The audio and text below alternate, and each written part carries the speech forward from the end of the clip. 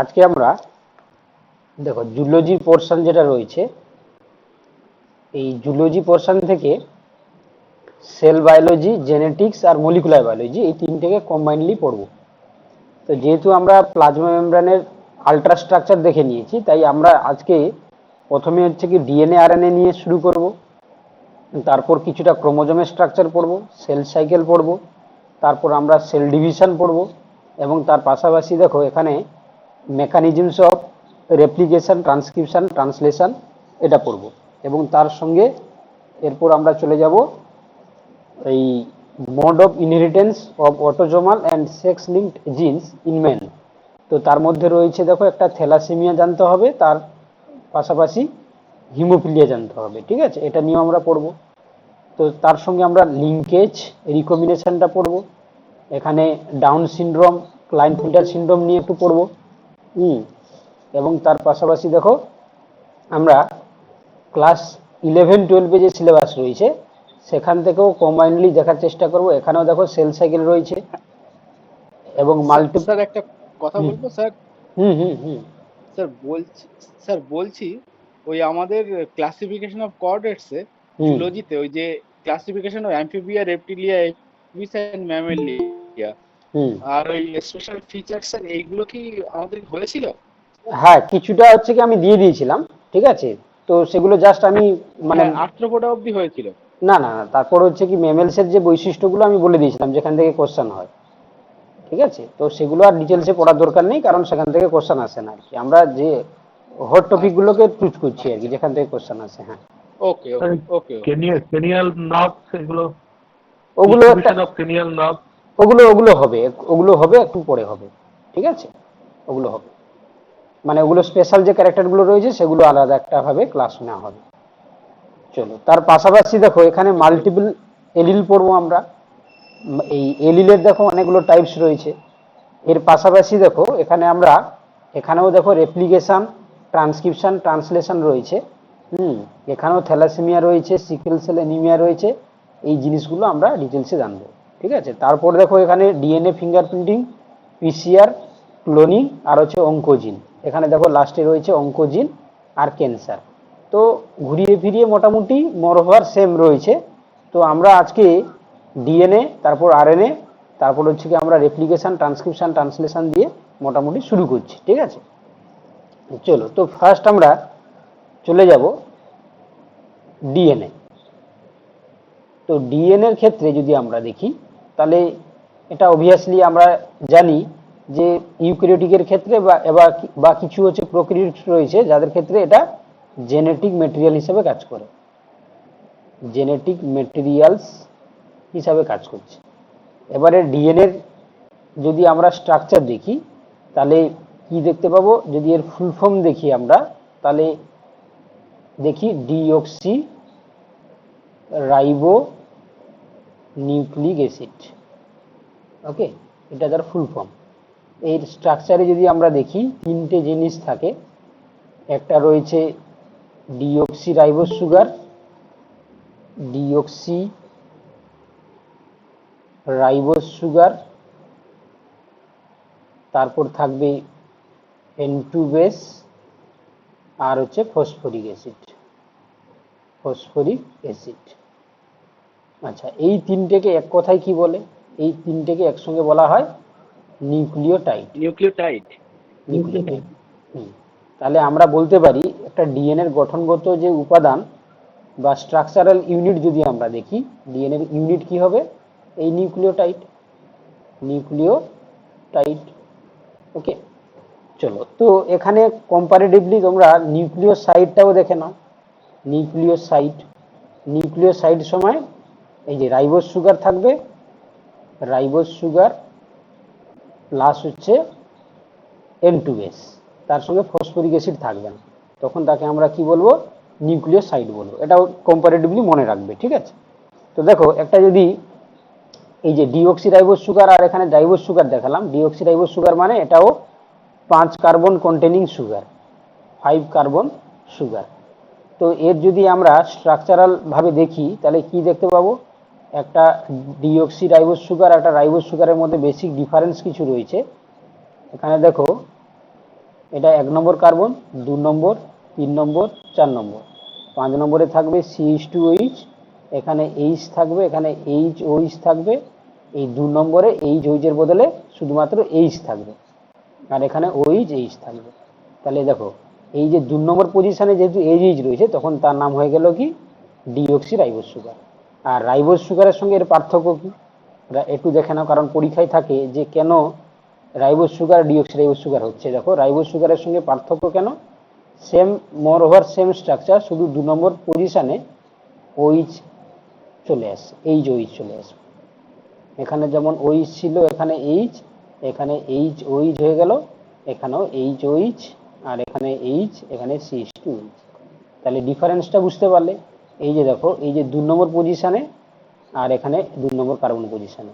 তাহলে আমরা যদি সংক্ষেপে এখানে লিখে দিই বোঝার সুবিধার জন্য, আমরা বলতে পারবো কি এখানে যে এটা 2 নম্বর কার্বন পজিশনে H আর H থাকছে, আর এখানে আমরা কি দেখতে পাবো না 2 নম্বর কার্বন পজিশনে H আর OH থাকছে। ওকে, এই জিনিসটা একটু মনে রাখতে হবে। চলো আমরা একটু স্পিডে টানার চেষ্টা করবো, অনেক জিনিস পড়বো তো। দেখো এক মিনিট,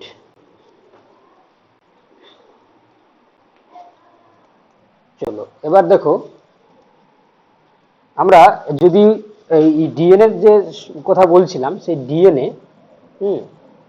একটা একটা যখন আমরা পুরো হোল সেল দেখছি, ঠিক আছে, একটা সেল, তো তার মধ্যে নিউক্লিয়াস রয়েছে, এটাকে আমরা কি বলছি নিউক্লিয়াস, তাই না? এই সেল যখন ডিভিশনে যায়, ডিভিশন যখন করে, তখন এই যে নিউক্লিয়াসের ক্রোমাটিন ফাইবার থাকে না, বা নিউক্লিয় রেটিকুলাম যেটা, সেটা কি করছে ক্রোমাটিন ফাইবারে কনভার্ট হচ্ছে।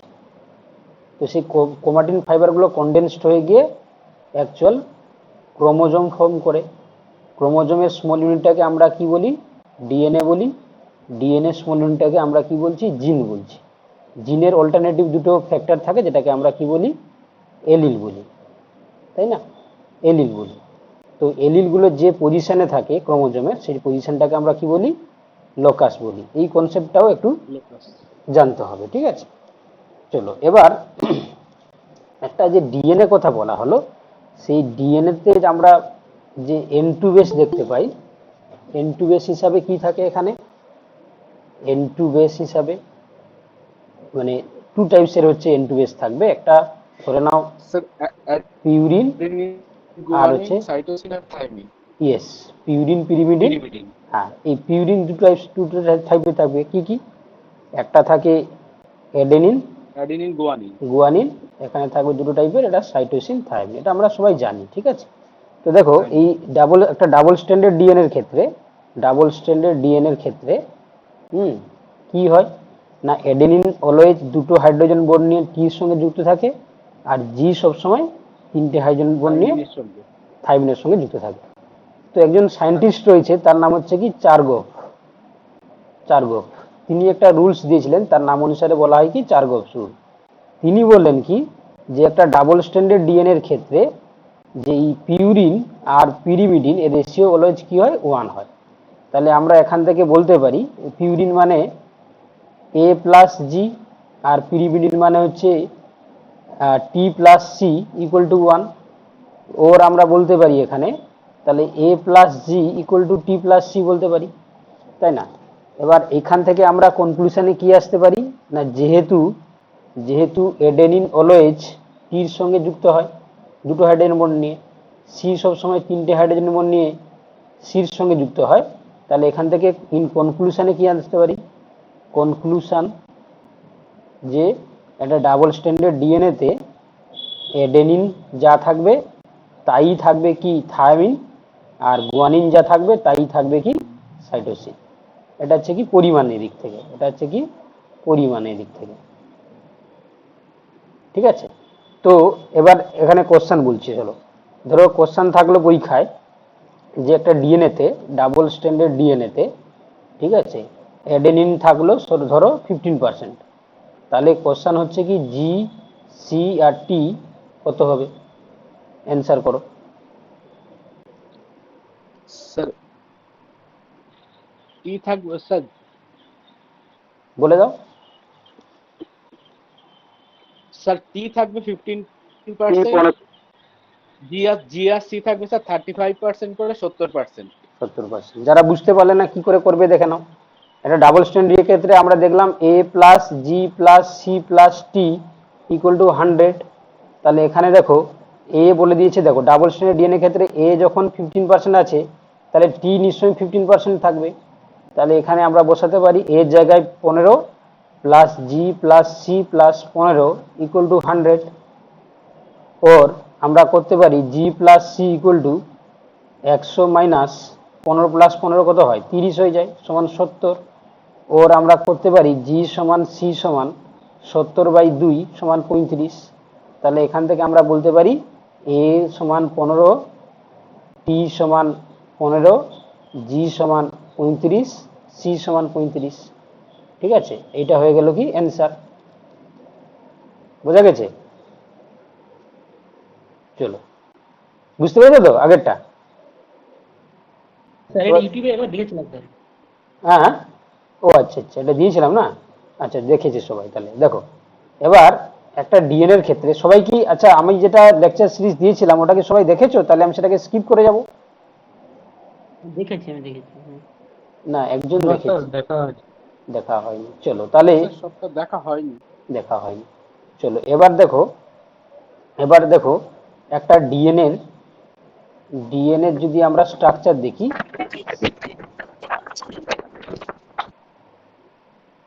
একটা ডিএনএ যদি স্ট্রাকচার দেখি তাহলে এটা কি হবে না, এন্টি প্যারালাল হয়।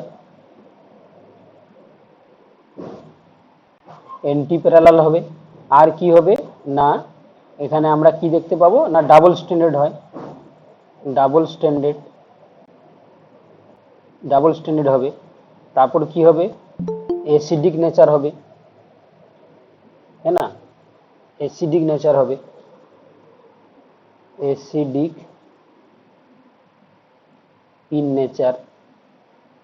তাহলে এই ক্যারেক্টারগুলো দেখছি দেখো আমরা। তাহলে ডাবল স্ট্যান্ডার্ড ডিএনএ এর ক্ষেত্রে দেখো, যদি আমরা দেখি এখান থেকে কোশ্চেন হতে পারে, যেমন ধরো একটা ডাবল স্ট্যান্ডার্ড ডিএনএ ক্ষেত্রে একটা আমরা সুগার দেখতে পেলে, এখানে phosphate, sugar, phosphate, sugar, phosphate. এখানে ধরো sugar, phosphate, sugar, phosphate, sugar, phosphate. তাহলে এবার আমরা কি দেখতে পাবো, এখানে যদি অ্যাডেনিন থাকে তার সঙ্গে দুটো দিয়ে, এখানে ধরো সাপোজ থায়ামিন যুক্ত হলো। এখানে যদি জি থাকে তার সঙ্গে 3টে হাইড্রোজেন নিয়ে সি থাকবে। এখানে যদি টি থাকে তার সঙ্গে এ থাকবে। ঠিক আছে, এরকম ভাবে যুক্ত হয়। এবার দেখো এই যে সুগার, ফসফেট আর অ্যাডেনিন, এই তিনটেকে মিলে কি বলা হয়, একটা নিউক্লিওটাইড। এবার দেখো ভালো করে শোনো। এবার এই যে দেখতে পাচ্ছ একটা ডিএনএ যখন আমরা স্ট্রাকচার দেখি, তাহলে কি দেখতে পাবো, এইরকম আমরা একটা স্ট্রাকচার দেখতে পাই। এটা যদি 5' হয় তাহলে তার অপোজিটটা হবে 3', আর এটা যদি 3' হয় তার অপোজিটটা হবে 5'। দেখো একটা বি ডিএনএ এর ক্ষেত্রে যদি আমরা দেখি, তাহলে এই দুটোর মধ্যে ডিস্টেন্সটা কত হবে, এই ডিস্টেন্সটা হচ্ছে কি অলওয়েজ সমান থাকবে, 20 অ্যাংস্ট্রম হবে। কত হবে, 20 অ্যাংস্ট্রম। আর এই যে 20 অ্যাংস্ট্রম। হ্যাঁ, এই যে একটা হেলিক্স বা লুপ দেখতে পাচ্ছ, এটা হেলিক্স বা লুপ বা টার্ন, এটার দৈর্ঘ্যটা কত হচ্ছে না 34 অ্যাংস্ট্রম। 34 অ্যাংস্ট্রম। এবার এই 34 অ্যাংস্ট্রম লেন্থ অফ ডিএনএ যদি হয়, সেখানে আমরা এইরকম ভাবে দেখো একটা নিউক্লিওটাইড দেখতে পেলে, এপাশে একটা নিউক্লিওটাইড রয়েছে, এইরকম আমরা 34 অ্যাংস্ট্রমের ক্ষেত্রে 10 পেয়ার হচ্ছে কি তোমার কি দেখতে পাবো, নিউক্লিওটাইড দেখতে পাবো, নিউক্লিওটাইড। বুঝতে পারলে? তাহলে অবভিয়াসলি প্রত্যেকটা নিউক্লিওটাইডের মধ্যে ডিস্টেন্স কত হবে, ডিস্টেন্সটা হয়ে যাবে কত, 3.4 অ্যাংস্ট্রম হয়ে যাবে। 3.4 অ্যাংস্ট্রম। 3.4 অ্যাংস্ট্রম। এবার দেখো এই যে সুগার আর N2 বেস এর মাঝখানে যে বন্ডটা থাকে তাকে আমরা কি বলি, এই যে সুগার আর N2 বেস এর মাঝখানে যে বন্ডটা রয়েছে, এই বন্ডটাকে আমরা কি বলি, N গ্লাইকোসাইড সাইডিক বন্ড বলি। ওকে, লিগন। এবার দেখো এই সুগার ফসফেট সুগার, এই যে বন্ডটা রয়েছে এখানে, এটাকে বলা হয় কি ফসফোডাইএস্টার বন্ড, ফসফোডাইএস্টার বন্ড।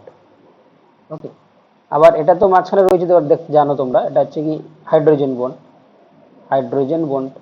তাহলে দেখো একটা ডিএনএ এর ক্ষেত্রে আমরা কি দেখতে পেলাম, যে এখানে একটা স্ট্যান্ডে ফসফোডাইএস্টার বন্ড দেখা যাচ্ছে আর গ্লাইকোসাইডিক বন্ড দেখা যাচ্ছে, আর দুটো ডিএনএটাকে যুক্ত করছে কে হাইড্রোজেন বন্ড। এটা যদি 5 প্রাইম হয় এটা হয়ে যাবে 3 প্রাইম, এটা যদি 3 প্রাইম হয় এটা হয়ে যাবে কি 5 প্রাইম। ক্লিয়ার আমরা সবাই? চলো এবার দেখো নেক্সট, চলো এবারে আমরা ডিএনএ এর ক্ষেত্রে দেখো, ডিএনএ এর ক্ষেত্রে আমরা কি দেখতে পাবো, তার কমপ্লেক্স স্ট্রাকচারটা যদি দেখি, তো সেটা কি দেখার প্রয়োজন আছে? কমপ্লেক্স স্ট্রাকচারটা কি দেখবো আমরা?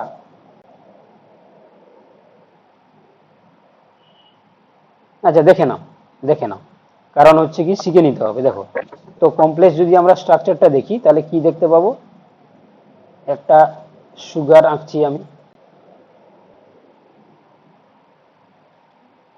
দেখো এখানে ধরো সাপোজ কে যুক্ত রয়েছে অ্যাডেনিন চলে এসছে, তাহলে এখানে হাইড্রোজেন থাকলো, এখানে হাইড্রোজেন হাইড্রোজেন 2 নম্বর কার্বন যেহেতু, এখানে হাইড্রোজেন, এখানে হাইড্রোজেন, এখানে কি থাকবে CH2OH।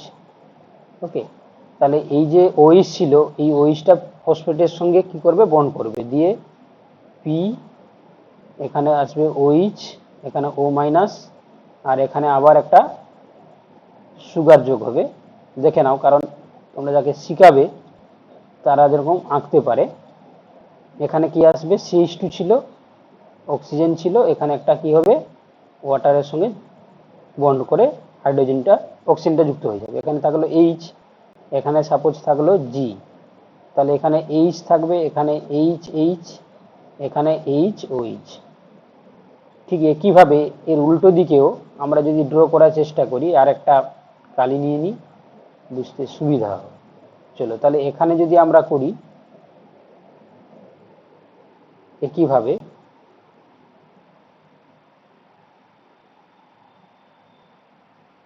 আবার এখানে একটা যদি করি,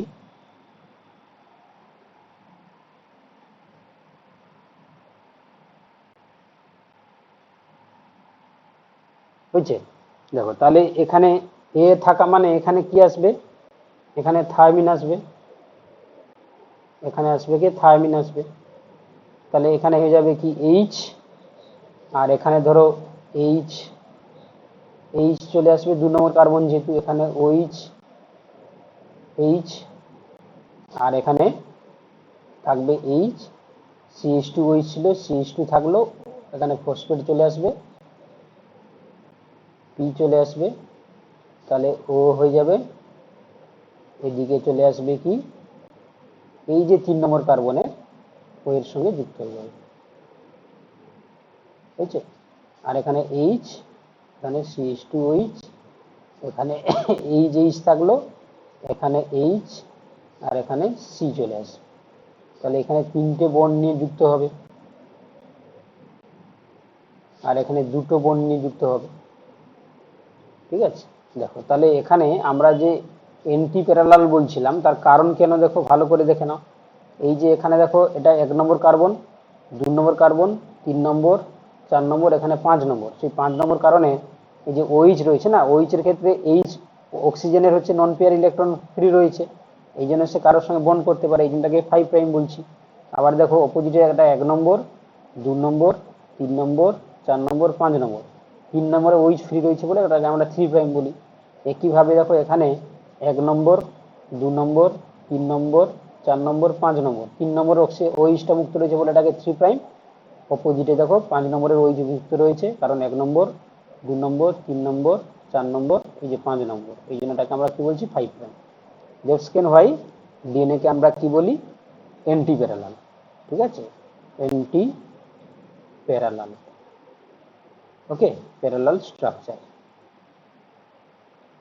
সবাই বুঝতে পেরেছি, আমরা ড্র করতে পারবো এটা।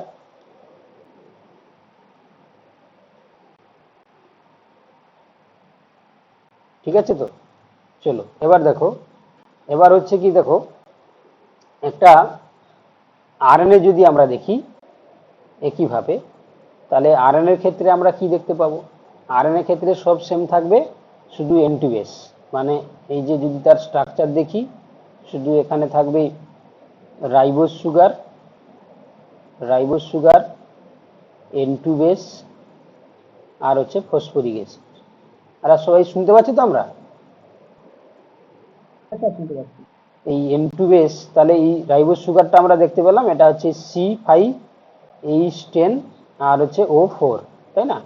অক্সিজেন একটা ঘাটতি রয়েছে বলে এন টু বেস, এখানে সেই পিউরিন আর পিরিমিডিন থাকবে, পিউরিন হিসাবে থাকবে এডেনিন, গুয়ানিন, আর এখানে থাকবে সাইটোসিন, আর থাইমিনের বদলে ইউরাসিল থাকবে, বাকি যা সব সেম থাকবে। ঠিক আছে, চলো এবার এই আরএনএ এর যদি আমরা টাইপ দেখি, আরএনএ বেসিক্যালি 3টে বা 4টে ভাগে আমরা ভাগ করব এখানে জানার জন্য। প্রথমে দেখো, আরএনএ এর যে টাইপসটা আমরা দেখতে পাই, এটাকে বলা হয় এমআরএনএ, তারপর হচ্ছে কি টিআরএনএ, এইচএনআরএনএ, এইচএনআরএনএ, এইচএনআরএনএ, আর হচ্ছে আমরা পড়বো কি আরআরএনএ। এবার দেখো, প্রথমে এই এম কথা অর্থ কি মেসেঞ্জার আরএনএ, আমরা এই এমআরএনএ স্ট্রাকচার নিয়ে স্টাডি করব। প্রথমে আমরা কি স্টাডি করব? এমআরএনএ, এটা মেসেঞ্জার আরএনএ। দেখো তো, এই মেসেঞ্জার আরএনএ এর ক্ষেত্রে আমরা কি দেখতে পাই অ্যাকচুয়াল? না, মেসেঞ্জার আরএনএ এর যদি স্ট্রাকচার দেখি, কারণ এর এর উপরেই কোডন থাকে বা জেনেটিক কোড থাকে, এই জন্য এই স্ট্রাকচারটা খুবই গুরুত্বপূর্ণ, কারণ ট্রান্সলেশনের সময় এমআরএনএ থেকে প্রোটিনটা তৈরি হয়, কারণ এর উপরে কোডন থাকে বলে এই স্ট্রাকচারাল কম্পোনেন্টটা খুবই দরকারি। তো একটা এমআরএনএ যদি আমরা স্ট্রাকচার দেখি, তাহলে কি দেখতে পাবো?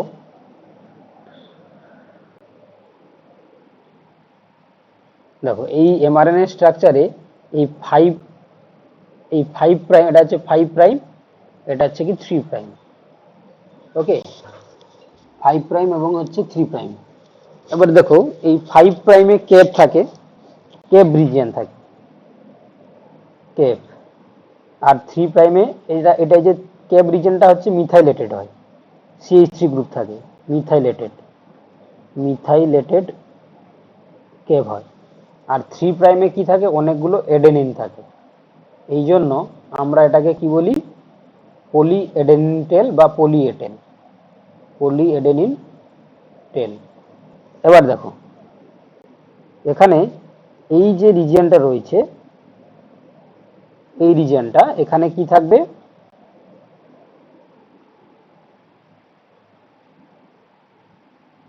এই জায়গাটাকে বলা হয় NCR1।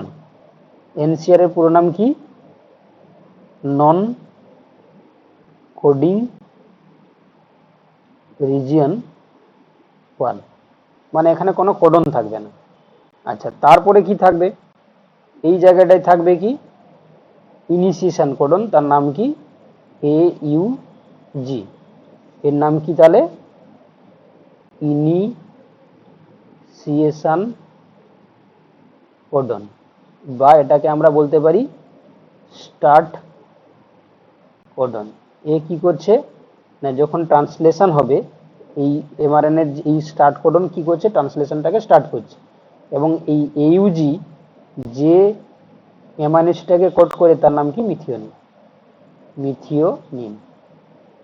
ওকে, মেড বলা হয়, সংক্ষেপে বলা হয় MET। আরে আমরা শুনতে পাচ্ছি তো সবাই? হ্যাঁ হ্যাঁ স্যার। ওকে, হ্যাঁ স্যার। ওকে। দেখো, তারপরে কি থাকবে? তারপরে হয়ে থাকবে এখানে অনেকগুলো কোডন থাকবে, মাল্টিপল কোডন থাকবে। এই রিজিয়নটা এখানে অনেকগুলো কোডন থাকবে, অনেকগুলো কোডন থাকবে। এই জন্য আমরা কি বলি? এটাকে কোডিং রিজিয়ন বলি। এই জায়গাটাকে কি বলা হয়? Coding region. ওকে, এর ঠিক পরে থাকবে কি? এই জায়গাটাই থাকবে কে? স্টপ কোডন থাকবে। কি থাকবে, স্টপ কোডন। এরও আরো নাম আছে, স্টপ কোডন বা ননসেন্স ননসেন্স কোডন বা টার্মিনেশন কোডন। টার্মিনেশন কোডন, ওকে। এর নাম কি, এটা তিন প্রকারের হতে পারে, ইউএএ, ইউএজি আর ইউজিএ। এটা তাহলে হচ্ছে কি ইউএএ, ইউএজি, ইউজিএ। এবার এদের সায়েন্টিস্টের নাম অনুযায়ী এইটাকে বলা হয় এম্বার, এটা ওপাল, আর এটা হচ্ছে কি অকর। ওকে, সায়েন্টিস্টের নাম অনুযায়ী এদের ডাক নামও রয়েছে। তাহলে এই তিনটে কোডন যদি থাকে তাহলে সেখানে ট্রান্সলেশন বন্ধ হয়ে যাবে। তিনটে কি কি নাম বলা হলো, ইউএএ, ইউএজি, ইউজিএ। ওকে, এবার তারপরের ঠিক পজিশনে কি থাকবে, তার ঠিক পরের পজিশনে থাকবে এই জায়গাটায়, এই জায়গাটায়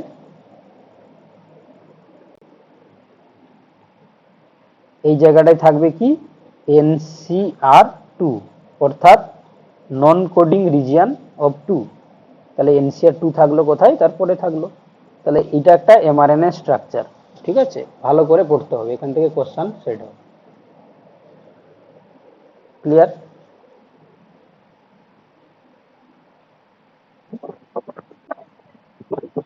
ঠিক আছে। Next tRNA. টিআরএনএ থেকেও প্রচুর প্রশ্ন আসে। আচ্ছা, তার আগে আমি বলে দিই এটা কাজ তাহলে কি, what is the function of mRNA. তাহলে it is participate to the translation, এবং যে কোডনগুলো রয়েছে সেখান থেকে কোডন অনুযায়ী প্রোটিন তৈরিতে সাহায্য করছে।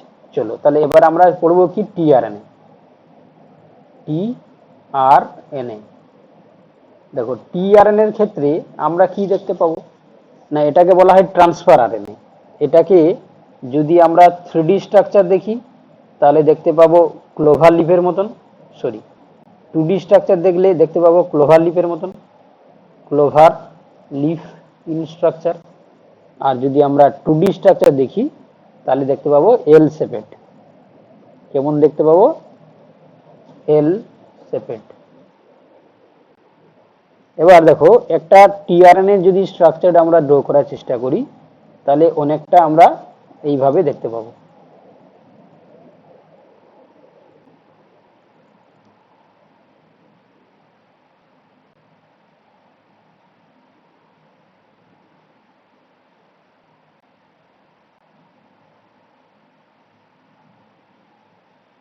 ঠিক আছে, দেখো আমি এটাকে আর রিপিট করছি না। এটা যে 5 প্রাইম, এটা 3 প্রাইম। এই নিচেরটা বলা হয় অ্যান্টিকোডন লুপ, অ্যান্টিকোডন লুপ। এটা হচ্ছে কি ভেরিয়েবল লুপ, ভেরিয়েবল লুপ। এটা হচ্ছে কি টি সাই সি লুপ, আর এটাকে বলা হয় ডি লুপ। ওকে, এই যে এটাকে বলা হয় এখানে amino acid binding site, binding site. এবং এই রিজিয়নে সিসিএ বলে সিকোয়েন্স থাকে, মনে রাখবে। তাহলে এখানে কি থাকলো, সিসিএ বলে সিকোয়েন্স থাকবে। এবং দেখো এই যে আমরা জানি টিআরএনএ কটা থাকবে, এদের কাজ কি, স্পেসিফিক অ্যামাইনো অ্যাসিডকে সঙ্গে কি করছে, বাইন্ডিং এ সাহায্য করছে।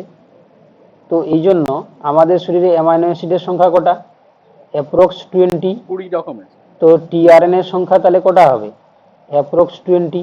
20 রকমের। এই যে ভেরিয়েবল লুপ, এর সিকোয়েন্সের উপরে, sequence dependent the 20 types of tRNA.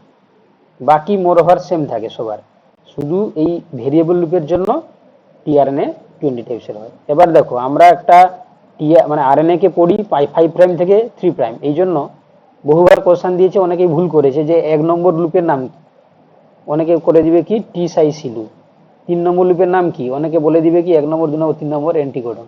তাহলে অ্যাকচুয়ালি এইটা হচ্ছে 1 নম্বর, কারণ 5 প্রাইম থেকে শুরু হচ্ছে। 2 নম্বর হচ্ছে কি অ্যান্টিকোডন লুপ, 3 নম্বর হচ্ছে কি ভেরিয়েবল লুপ, আর 4 নম্বর হচ্ছে কি টিসাইসি লুপ। ঠিক আছে, এটা কিন্তু মনে রাখতে হবে। তাহলে আমাদের 1 নম্বর 2 নম্বর যাই বলুক না কেন আমরা 5 প্রাইম দিকে নামবো। তাহলে 5 প্রাইম দিকে নামলে ডি লুপটা থাকবে 1 নম্বরে, 2 নম্বরে থাকছে অ্যান্টিকোডন লুপ, আর 3 নম্বরে থাকছে কি ভেরিয়েবল লুপ, 4 নম্বর টিসাইসি লুপ। কাজটা তো আমরা বুঝতে পারলাম, স্পেসিফিক অ্যামাইনো অ্যাসিডের সঙ্গে বাইন্ড করে এটা কি করছে না তোমার যেটা ট্রান্সলেশনের সময় নিউক্লিয়াস থেকে মানে সাইটোপ্লাজম থেকে নিউক্লিয়াসে নিয়ে যাচ্ছে। চলো এবার ভালো করে দেখে নাও যে এইচএন আরএনএ যেটা বলছিলাম আমরা, এইচএন আরএনএ। এইচএন আরএনএর ক্ষেত্রে গল্পটা কি না, যখন দেখো তোমরা সবাই পড়েছো নিশ্চয় যে ডিএনএ থেকে ডিএনএ তৈরি হয়, যেটাকে আমরা কি বলি রেপ্লিকেশন। আবার ডিএনএ থেকে এমআরএনএ তৈরি হয়, যেটাকে বলি আমরা ট্রান্সক্রিপশন। ট্রান্সক্রিপশন। আবার এমআরএনএ থেকে প্রোটিন তৈরি হয়, যেটাকে আমরা কি বলি ট্রান্সলেশন। ট্রান্সলেশন। এবারে অনেক অনেক ক্ষেত্রে এমআরএনএ থেকেও ডিএনএ তৈরি হয়, তাকে বলা হয় কি রিভার্স ট্রান্সক্রিপশন। এটা সবাই করতে পারে না, তার জন্য একটা এনজাইম লাগে রিভার্স ট্রান্সক্রিপ্টেজ। তো এই পুরো প্রক্রিয়াটাকে আমরা কি বলি, এইটাকে আমরা কি বলি সেন্ট্রাল ডগমা। সেন্ট্রাল ডগমা, তাই না? এবার এইচএন আরএনএ এর ক্ষেত্রে গল্পটা কি না, যখন ডিএনএ থেকে আরএনএ হয় তখন সরাসরি মানে এমআরএনএ হয় না, যে আরএনএটা তৈরি হয় তার নাম কি হয়ে যায় না এইচএন আরএনএ। অর্থাৎ এই এইচএন আরএনএ এর মধ্যে আবার কিছু মডিফিকেশন হয়, সেখান থেকে এমআরএনএ তৈরি হবে। এমআরএনএ তৈরি হবে।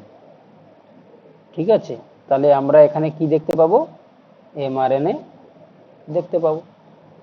এবার প্রশ্ন হলো এই যে এইচএন আরএনএ তৈরি হলো, তাহলে সেখানে কি এমন মডিফিকেশন হচ্ছে না, এখানে একটা প্রক্রিয়া ঘটে, সেই প্রক্রিয়াকে আমরা কি বলি স্প্লাইসিং বলি।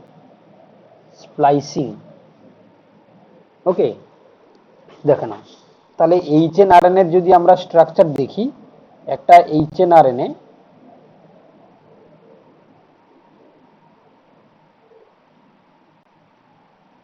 এখানে আমরা কি দেখতে পাবো না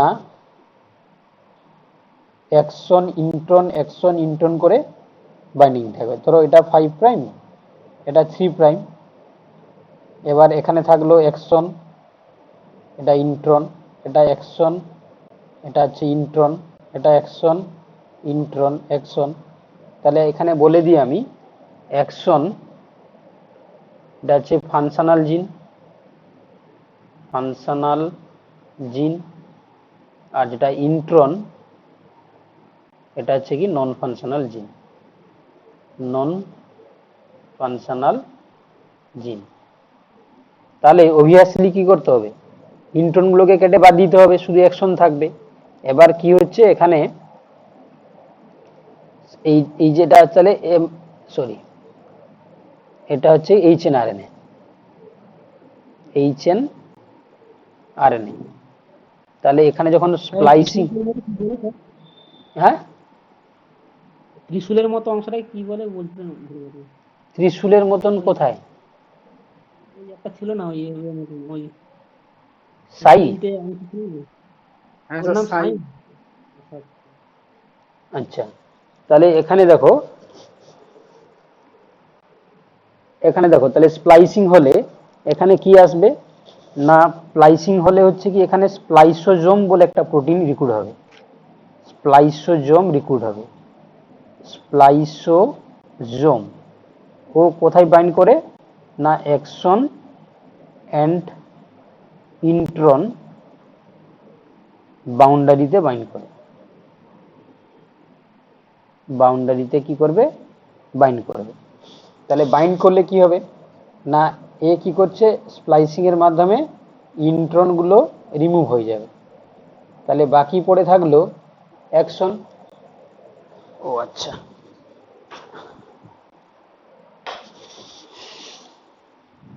তাহলে বাকি পড়ে থাকলো অ্যাকশন। তাহলে এই অ্যাকশনগুলো পরস্পর জুড়ে যাবে, অ্যাকশনগুলো পরস্পর জুড়ে যাবে, তাহলে তখন তার নাম হয়ে যাবে কি, এমআরএনএ। ওকে, এবার গল্পটা শুনে নাও। এই যে এমআরএনএ তৈরি হলো, এই এমআরএনএ আবার টু টাইপসের হয়। এমআরএনএ টু টাইপসের হয়। এটা হচ্ছে কি মনোসিস্টোনিক, এখান থেকে প্রশ্ন আসে, সিস্টোনিক, আর এটা হচ্ছে পলিসিস্টোনিক। সিস্টোনিক, দেখো মনোসিস্টোনিক এমআরএনএ কাকে বলছে না, যখন কোন একটা এমআরএনএ কি করছে না, সিঙ্গল টাইপস অফ প্রোটিন তৈরি করবে, প্রোটিন, তখন তাকে বলা হচ্ছে মনোসিস্টোনিক। শুনতে পাচ্ছ তো? শোনা যাচ্ছে? হ্যাঁ স্যার, শোনা যাচ্ছে।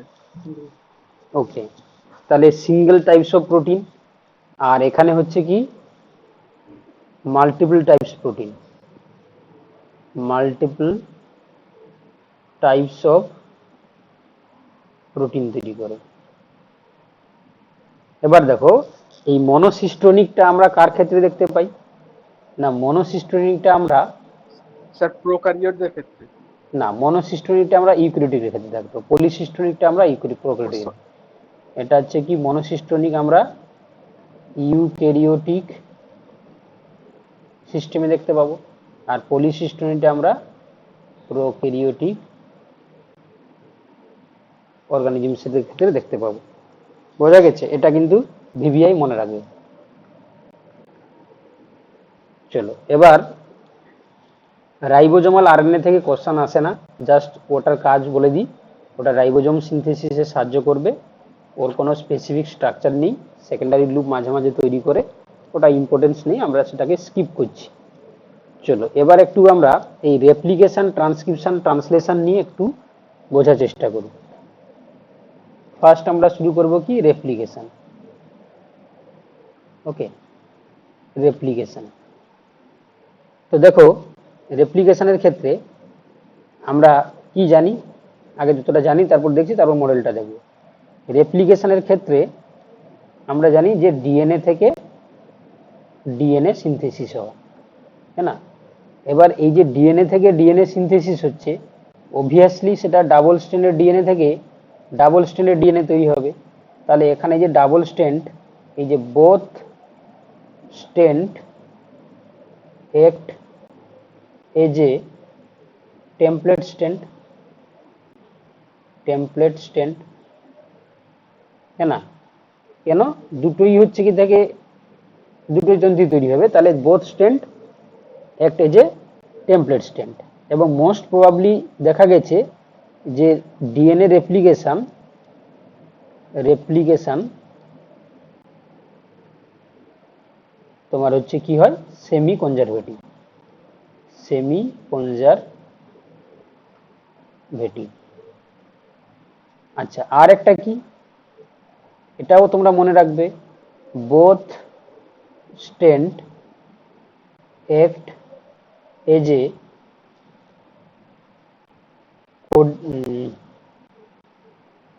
বোথ স্ট্যান্ড কি হিসাবে কাজ করবে না, বোথ স্ট্যান্ড আমরা বলতে পারি যেটা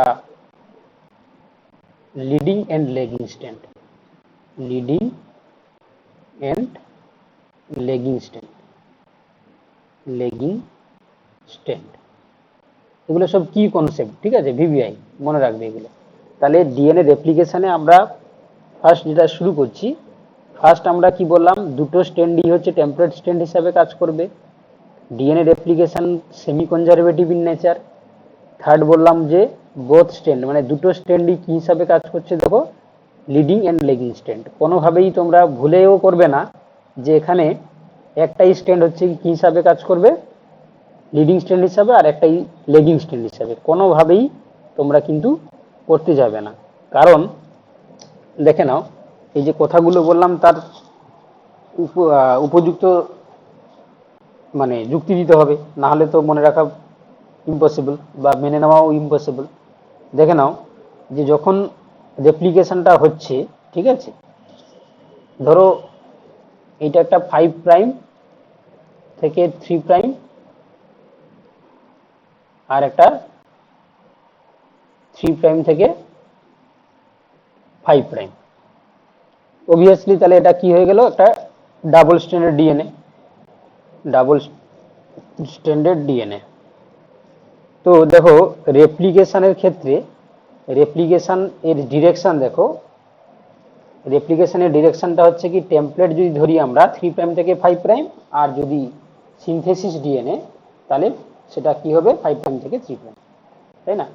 তো দেখো এখানে এখানে দেখো এই যে স্ট্যান্ড দেখতে পাচ্ছ, এইখানে ধরো এই রিজিয়নটাকে আমরা কি বলছি, ওআরআইসি, ওর আর সি, এর নাম কি, অরিজিন অফ রেপ্লিকেশন সাইট, ওআরআইসি বলা হয় সংক্ষেপে।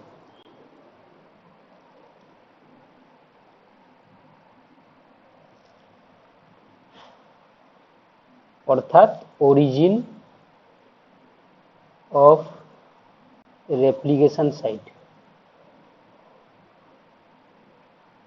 তো এখানে কি করে না, রেপ্লিকেশন ফর্ক তৈরি করে, রেপ্লিকেশন ফর্ক, তাই না, বা আমরা বলতে পারি রেপ্লিকেশন বাবল তৈরি করে। এবার দেখো, এবার প্রসঙ্গটা হলো যে যখন একটা ডাবল স্ট্যান্ডার্ড ডিএনএ থেকে ডিএনএ তৈরি হবে, তো এই জায়গাটার থেকে যদি আমরা দেখি এই জায়গাটায়, তাহলে এখানে যদি একটা প্রাইমার এসে এখানে বসে, একটা প্রাইমার আরএনএ প্রাইমার এসে বসলো, ঠিক আছে, এবার সে কি করবে না, তার কাজ হচ্ছে কি, এখানে কমপ্লিমেন্টারি বেস তৈরি করে দিবে। হেলিকেজ এসে কি করবে, এদের মাঝখানে, সেটা আমরা পরে আসি ইন ডিটেলসে। তো দেখো যেহেতু আমরা বললাম যে 3' থেকে 5'-এ অভিমুখ, তাহলে এইটা যদি 3' হবে তাহলে এই জায়গাটায় 5', এটা তাহলে 3' হয়ে যাবে, এটা 5' হয়ে যাবে। দেখো তাহলে এই বরাবর সে কি করছে, রেপ্লিকেশন করে যাচ্ছে। এখানে অবশ্যই রিক্রুট হয় কি, তোমার হচ্ছে কি ডিএনএ পোল 3, এখানে আরেকটা আছে কে, ডিএনএ পোল 3, ও কি করবে, কন্টিনিউয়াস রিক্রুট করে যাচ্ছে। তাহলে সেম ভাবে এদিকে দেখো, তাহলে 5' থেকে 3', তাহলে এদিকেও হেলিকেজ কাটে, এদিকেও হেলিকেজ কাটে, হেলিকেজ, আর এদিকেও হেলিকেজ কাটবে। তো এই জন্য ভালো করে শুনে নাও, তাহলে যেহেতু রেপ্লিকেশন 3' থেকে 5' তৈরি করছে, যেটা সেটা 5' থেকে 3' হবে, তাই না?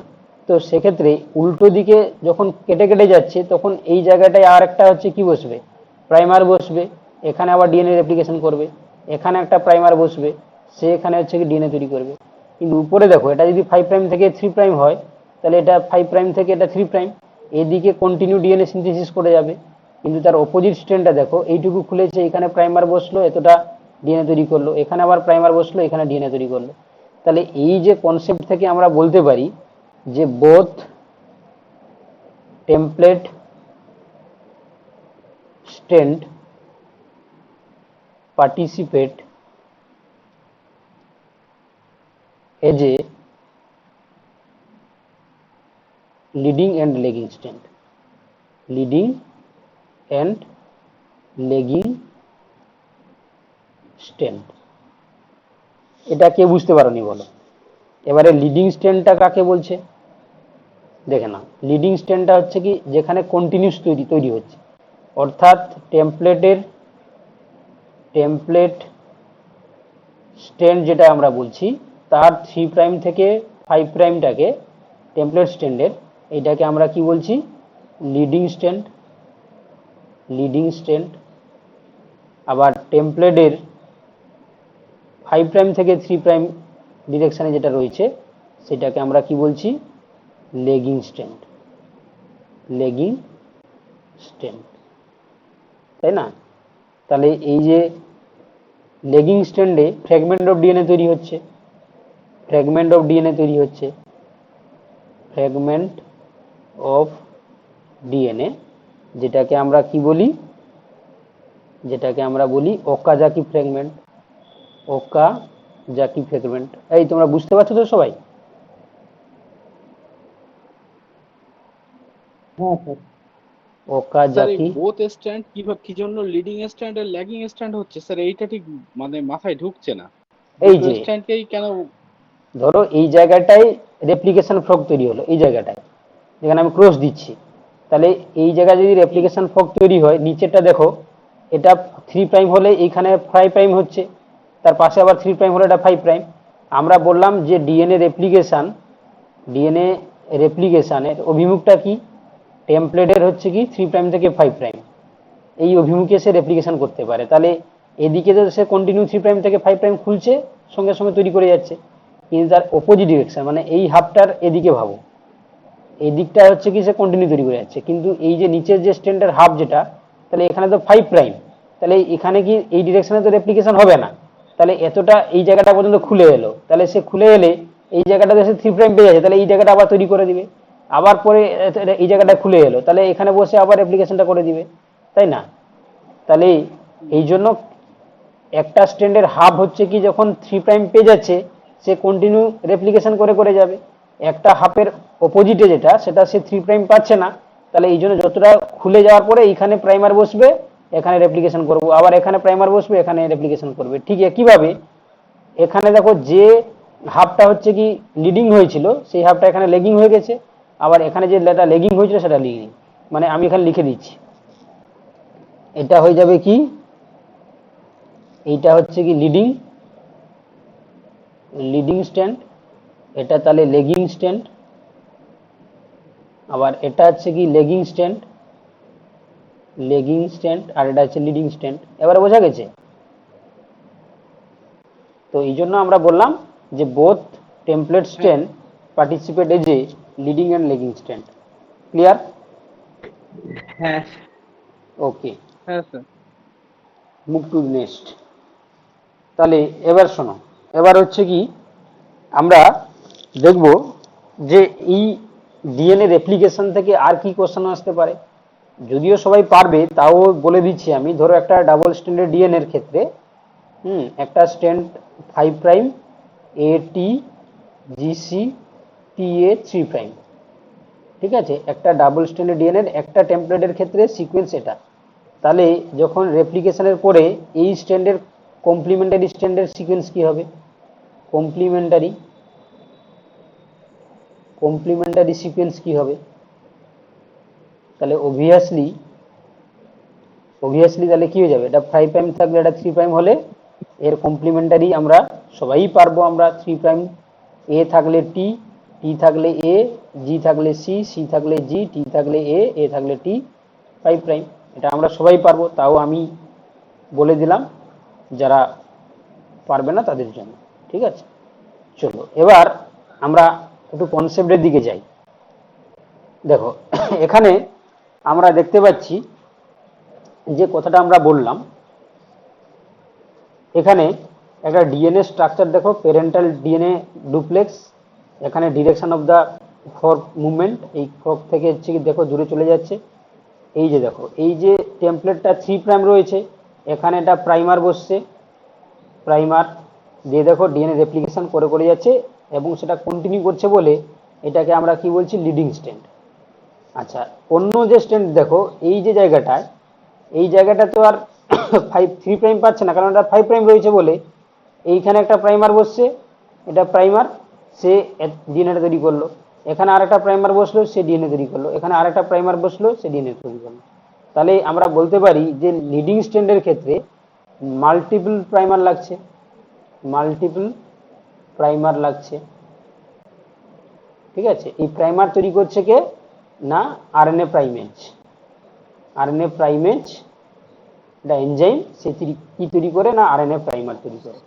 প্রাইমারটা কিন্তু আরএনএ, ঠিক আছে, পরে এটা রিমুভ হবে, সেই জায়গায় ডিএনএ তৈরি হবে।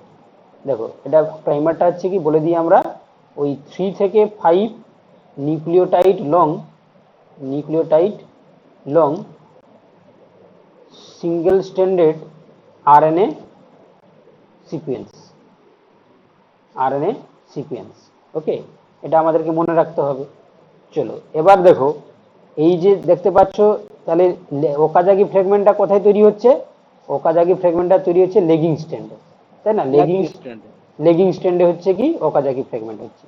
তো এই ওকাজাকি ফ্র্যাগমেন্টগুলোকে ডিএনএ লাইগেজ বলে একটা এনজাইম রয়েছে, লাইগেজ, সে কি করবে? জয়েন করে দেবে, জয়েন করে দেবে, সবগুলোকে একসঙ্গে জুড়ে দেবে। তো এটাও মনে রাখবে তোমরা।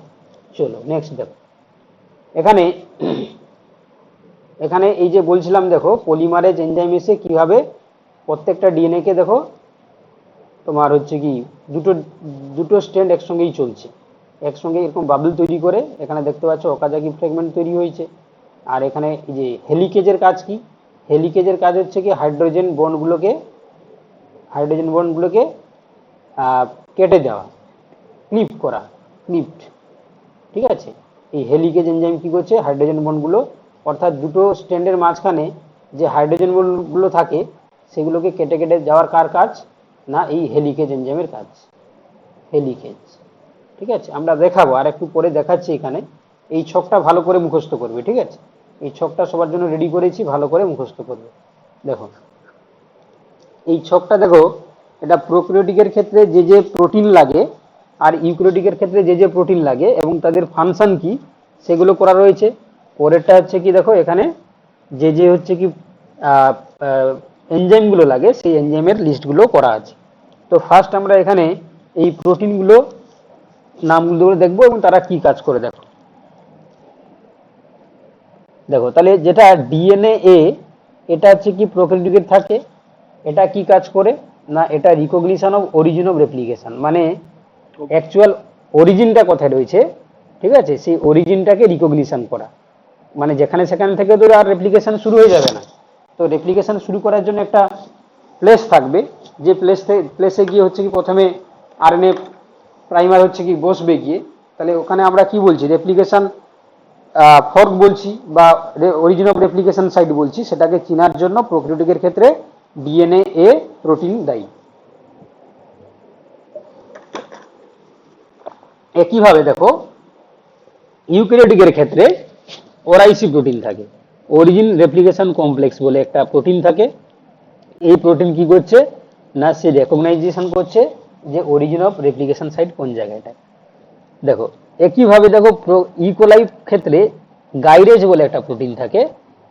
সেই গাইরেজ কি করছে দেখো, না, relieving positive supercoil ahead of replication fork. আচ্ছা ভাবো দেখি, এই যে ডিএনএটা যখন খুলছে, যখন আনউইন্ড হচ্ছে, তাহলে এদিকে খুলছে মানে এদিকে পেঁচের সংখ্যা বাড়বে আরো, তাই না? একটা পেঁচ তৈরি হবে, কারণ এই যে খোলার জন্য আমরা যখন কোনো দুটো দড়ি একসঙ্গে জয়েন্ট রয়েছে, মাঝখানে থেকে যদি আমরা খোলার চেষ্টা করি দুটো প্রান্তর দিকে, কি হবে? কয়েলিংটা বেশি হয়ে যাবে। ওইটাকে বলা হচ্ছে কি, এই যে বলছে সুপার কয়েলিং। তাহলে পজিটিভ সুপার কয়েলিং বেড়ে যাচ্ছে, সুপার কোয়েলিং। তাহলে সেই পজিটিভ সুপার কোয়েলিংটাকে খোলার জন্য গাইরেজ প্রোক্যারিওটিকের ক্ষেত্রে কাজ করছে, এটা প্রোক্যারিওট। আর ইউক্যারিওটিকের ক্ষেত্রে কাজ করছে কি টোপোআইসোমারেজ 2। মনে রাখবে, তাহলে পজিটিভ সুপার কোয়েলিং গুলোকে খোলার জন্য গাইরেজ প্রোক্যারিওটিকের ক্ষেত্রে কাজ করে, টোপোআইসোমারেজ 2 ইউক্যারিওটিকের ক্ষেত্রে কাজ করে। ডিএনএ বি এনাদার প্রোটিন, দেখো প্রোক্যারিওটিকের ক্ষেত্রে কি করছে? DNA helicase that unwinding parental duplex. এ কি করছে? হেলিকেজের মতন অ্যাক্ট করছে এবং সেটা প্যারেন্টাল ডুপ্লেক্সকে আনউইন্ড করছে। আর এমসিএম বলে একটা প্রোটিন থাকে ইউক্যারিওটিকের ক্ষেত্রে, এটাও সেম ফাংশন করছে। ডিএনএ সি প্রোক্যারিওটিকের ক্ষেত্রে কি করছে? Load DNA helicase to origin. Okay, load DNA helicase to origin, অর্থাৎ অরিজিন অফ রেপ্লিকেশন সাইডে ডিএনএ হেলিকেজকে লোডিং করছে ডিএনএ সি। তাহলে হেলিকেজ তো যেখান থেকে কেটে যাবে না, অরিজিন অফ রেপ্লিকেশন সাইড থেকে কাটবে। তো সেই জন্য ডিএনএ সি কি করছে? কোনটা অরিজিন অফ রেপ্লিকেশন সেই জায়গাটাকে চিনে দিতে সাহায্য করছে কাকে? ডিএনএ হেলিকেজকে। ঠিক একইভাবে সিডিসি 6 আর সিডিটি 1 এটা ইউক্যারিওটিকের ক্ষেত্রে কাজ করছে। এসএসবির কাজ কি? যখন ডিএনএটা আনউইন্ডিং হয়ে গেল, তাহলে সেই আনউইন্ডিং ডিএনএটা আবার যাতে হচ্ছে কি জয়েন না লেগে যায়, এইসব জায়গায় কি করে এসএসবি বাইন্ড করে যায়, এসএসবি, এসএসবি, ঠিক আছে। তো এই জন্য বলছে maintain DNA in a single standard state, যাতে সিঙ্গেল স্ট্যান্ড হিসাবে থাকে, এটা ধরো 3 প্রাইম এটা 5 প্রাইম, বা এটা 5 প্রাইম এটা 3 প্রাইম, তাহলে এই যে স্ট্যান্ড দুটো যাতে আনউইন্ডিং থাকে বা সিঙ্গেল স্ট্যান্ড হিসাবে থাকে, সেটাকে মেনটেন করছে কি SSB, single stand binding protein. আর এটা করছে কি আরপিএ, যেটা হচ্ছে কি আমরা ইউক্যারিওটিক সিস্টেমের ক্ষেত্রে দেখতে পাই। আশা করি সবাই বুঝতে পেরেছো, মনে রাখতে পারবে।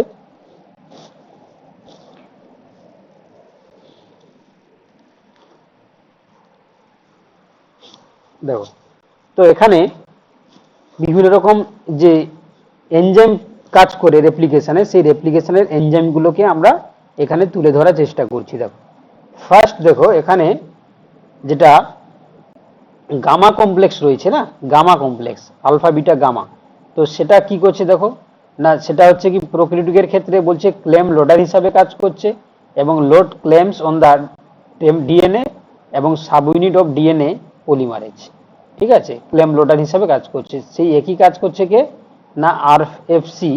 হ্যাঁ, তো এটা হচ্ছে ইউক্যারিওটিকের ক্ষেত্রে, আমি এখানে লিখে দিই যেটা প্রোক্যারিওটিকের ক্ষেত্রে, এটা ইউক্যারিওটিকের ক্ষেত্রে। পলিমারেজ 3 কোর এনজাইম, ঠিক আছে, এটাকে বলা হচ্ছে core enzyme, it is the vital enzyme for DNA replication. তো এটা কি কাজ করছে দেখো না, এটা হচ্ছে কি মেজর রেপ্লিকেশন এনজাইম, যেটা কি না এই যে লিডিং স্ট্র্যান্ড এবং লেগিং স্ট্র্যান্ডকে সিনথেসাইজ করার জন্য কাজে লাগছে।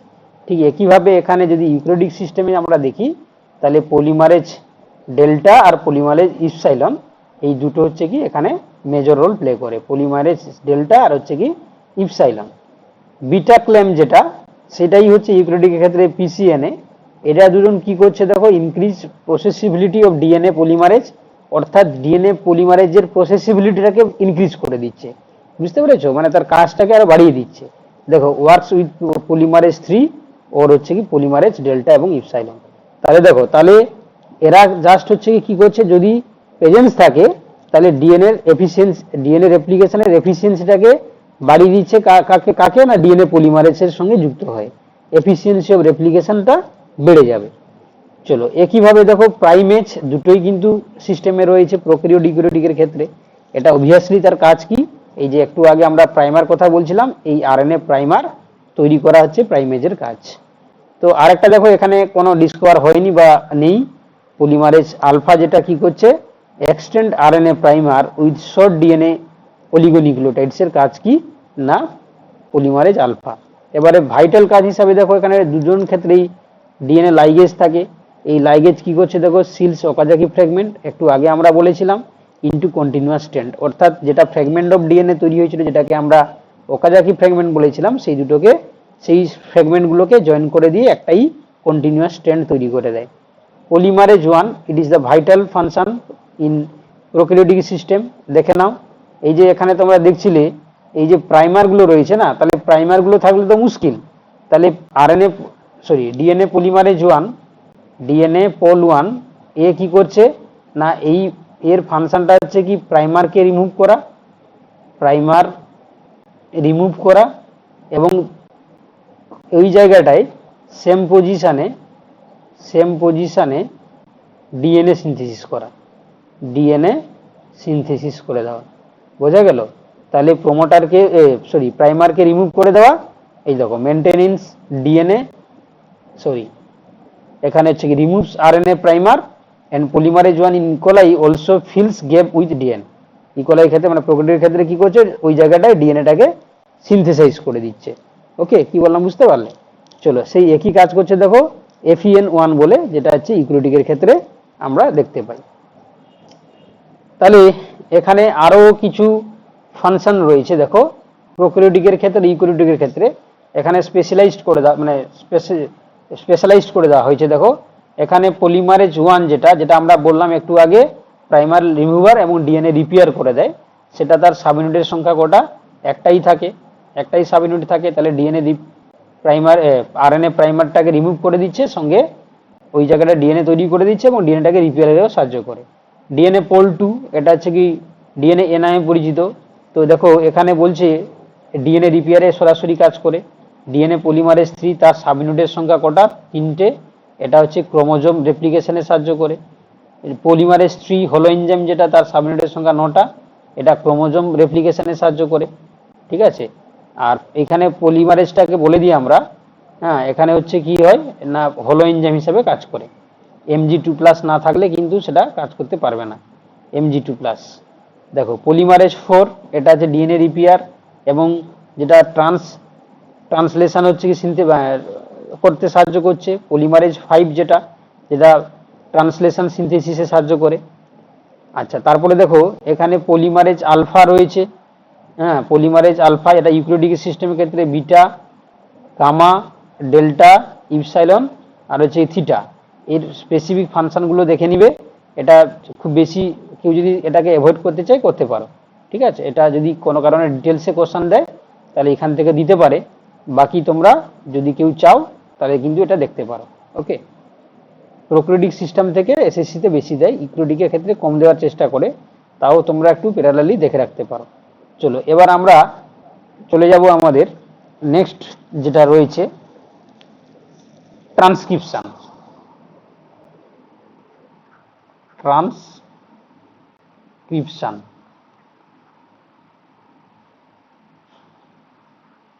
তাহলে এখানে আমরা প্রথমে কি কনসেপ্ট হিসাবে দেখে নিব, এখানে যে ডাবল স্ট্যান্ডার্ড ডিএনএ যেটা, তাই না, ডিএনএ থেকে আরএনএ তৈরি হচ্ছে। এবারে ডিএনএটা হচ্ছে কি ডাবল স্ট্যান্ডার্ড, কিন্তু আরএনএটা হচ্ছে কি সিঙ্গেল স্ট্যান্ডার্ড আরএনএ, কিন্তু এখানে ডাবল স্ট্যান্ডার্ড ডিএনএ। তো এখানে অবভিয়াসলি এর মধ্যে যে কোনো একটা স্ট্যান্ড টেমপ্লেট হিসেবে কাজ করবে। One stand act as a template stand. শোনা যাচ্ছে তো?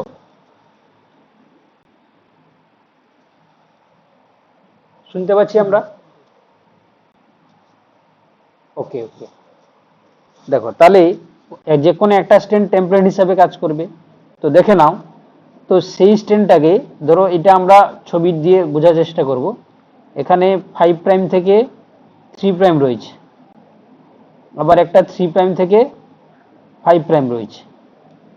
ওকে, তাহলে এই যে দেখো অ্যাকচুয়ালি এই যে 3 প্রাইম থেকে 5 প্রাইম স্ট্যান্ডটাই কি হিসাবে কাজ করে?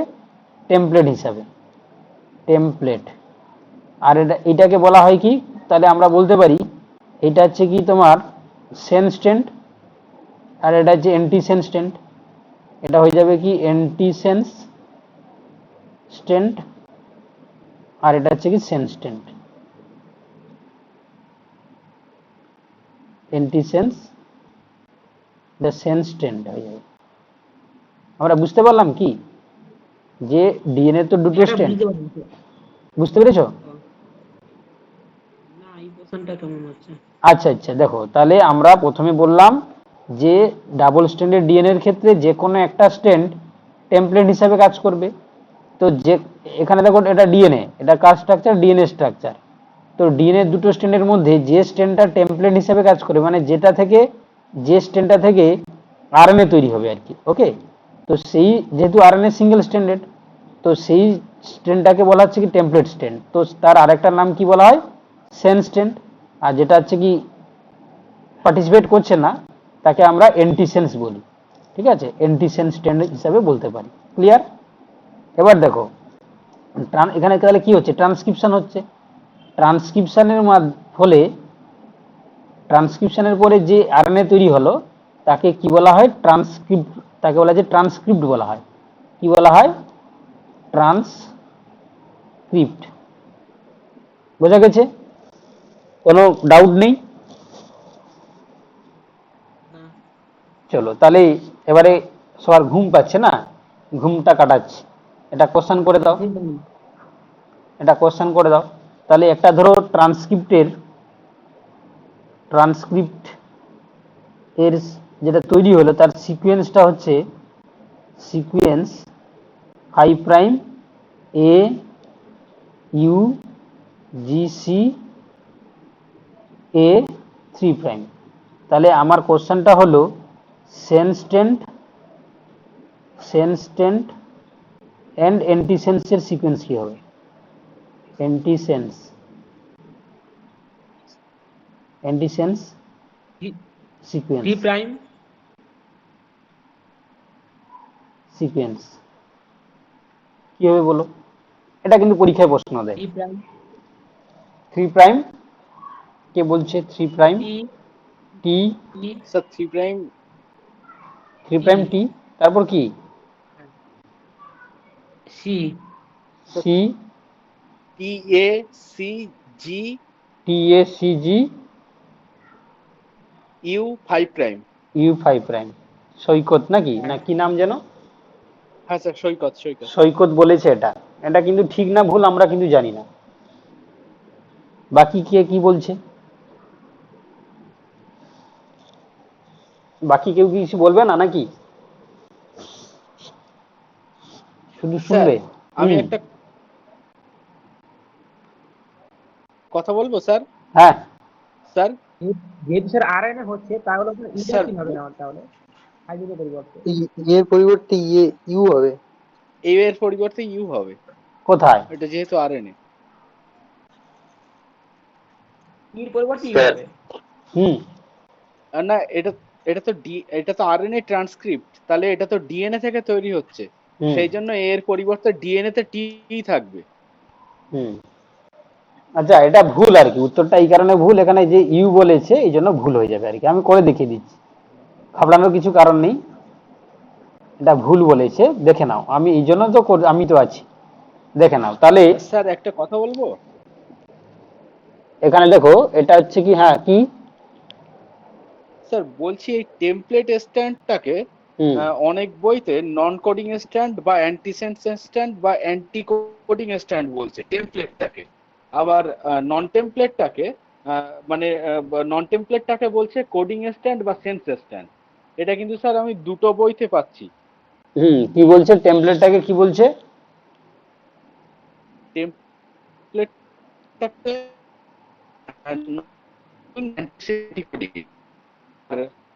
আর একটা হচ্ছে কোডিং স্ট্যান্ডটাকে বলছে সেন্স স্ট্যান্ড বা নন টেমপ্লেট স্ট্যান্ড। মানে নন টেমপ্লেটটা হচ্ছে সেন্স বা কোডিং। স্যার প্রমোটার অঞ্চল যদি চেঞ্জ হয় তাহলে এটা সম্ভব তো। হুম,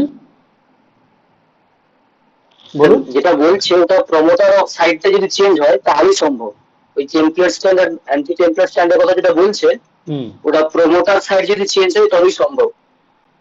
প্রোমোটার সাইড যদি চেঞ্জ হয় তাহলে সম্ভব। তবেই সম্ভব আর উনি যেটা বলছেন। হুম, না না, উনি যেটা বলছেন অ্যাকচুয়ালি ঠিক, আমি ভুল লিখেছি, আমি স্বীকার করে নিচ্ছি। এইটা হয়ে যাবে কি, অ্যাকচুয়ালি টেমপ্লেটটা হয়ে যাবে অ্যান্টিসেন্স, SCENC, অ্যান্টিসেন্স স্ট্যান্ড। আর যেটা নন টেমপ্লেট, যেটা নন টেমপ্লেট, এটা হয়ে যাবে কি সেন্স স্ট্যান্ড। আচ্ছা, তাই হোক, ঠিক আছে, এটা সেন্স হ্যাঁ স্যার, স্ট্যান্ড। আরেকটা একটু কথা বলবো, এক হুম, মিনিট। হুম, আহ, হুম, স্যার ওই যে স্টপ কোডন যে তিনটে বলেছিলেন, হুম, ইউএএটা স্যার, ইউএএটা স্যার ওকার ওকার লেখা আছে, হুম। ইউএজিটা হচ্ছে অ্যাম্বার, আর ইউজিএটা হচ্ছে ওপাল। এই তিনটে নাম ছিল, মানে তখন মনে হচ্ছে আমি কথা বলতে চেয়েছিলাম কিন্তু যাই হোক কোনো কারণে হয়তো শোনা যায়নি। হুম, কি আছে যেন, হ্যাঁ, ইউএএ। এইটার ক্ষেত্রে ইউএ কে ওকার বলা হচ্ছে, ওকার। হুম, আর ইউএজিটা অ্যাম্বার, আর ইউজিএটা হচ্ছে ওপাল। হ্যাঁ, তাহলে এটা হয়ে যাবে কি, এটা হয়ে যাবে এম্বার, তাই তো? ইউজি এটা এম্বার, ওকে, ইউএ এটা ওকর, হ্যাঁ, আর ইউএটা ওকার, ইউএজি অ্যাম্বার, ইউএজিটা এম্বার। আর আচ্ছা, ঠিক আছে, আমি করে দিচ্ছি। অ্যাম্বার। হ্যাঁ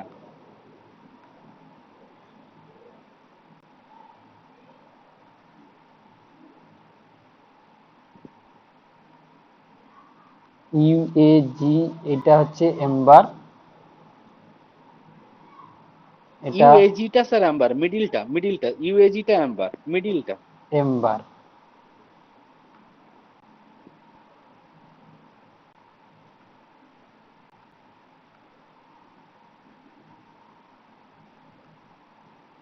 আচ্ছা, তারপর ইউএ এটা হচ্ছে কি এম্বার হলে ওকার ইউএ এটা ওকোর, আর ওকার এটা হচ্ছে কি ওপাল। ইউজি এটা হচ্ছে ওপাল। ওকে ওকে। স্যার ইউএজি টা হচ্ছে অ্যাম্বার, ইউএজি অ্যাম্বার আর ইউজিএ ওপাল। তাই তো ছিল, শুধু একটাই মিস ছিল তাই তো, এটা হচ্ছে এম্বার এটা আহ, ওপাল। হ্যাঁ ওই মিডিলটা অ্যাম্বার হবে, মিডিল ইউএজি টা অ্যাম্বার হবে।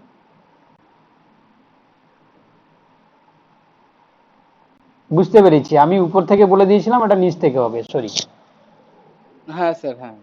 সরি। Okay sir okay. চলো তাহলে এই কোশ্চেনটার অ্যান্সার বলো, এটা কি অ্যান্সার হবে বলো। আচ্ছা আমি করে দিচ্ছি, যেহেতু অনেকটা কনফিউশন হয়ে গেল সবার। তাহলে ছিল কি 3 প্রাইম থেকে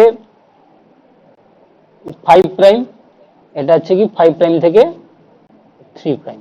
ওকে, তাহলে এটা যদি ডিএনএ হয়, ডাবল স্ট্যান্ডার্ড ডিএনএ, তাহলে এইটাকে আমরা কি বলবো, এখান থেকে কি যে তৈরি হয়েছে না ট্রান্সক্রিপ্ট তৈরি হয়েছে, তার সিকোয়েন্স কি হয়েছে না 5 prime A U G C A 3 prime. এবার অবভিয়াসলি এটা হবে কি টেমপ্লেট স্ট্যান্ড, টেমপ্লেট যেটাকে এটাকে বলা হয় non coding, sorry nonsense antisense strand, এটাকে বলা হবে antisense strand, hmm antisense. আর এটা হয়ে যাবে কি sense strand, antisense S C E N C, sense strand.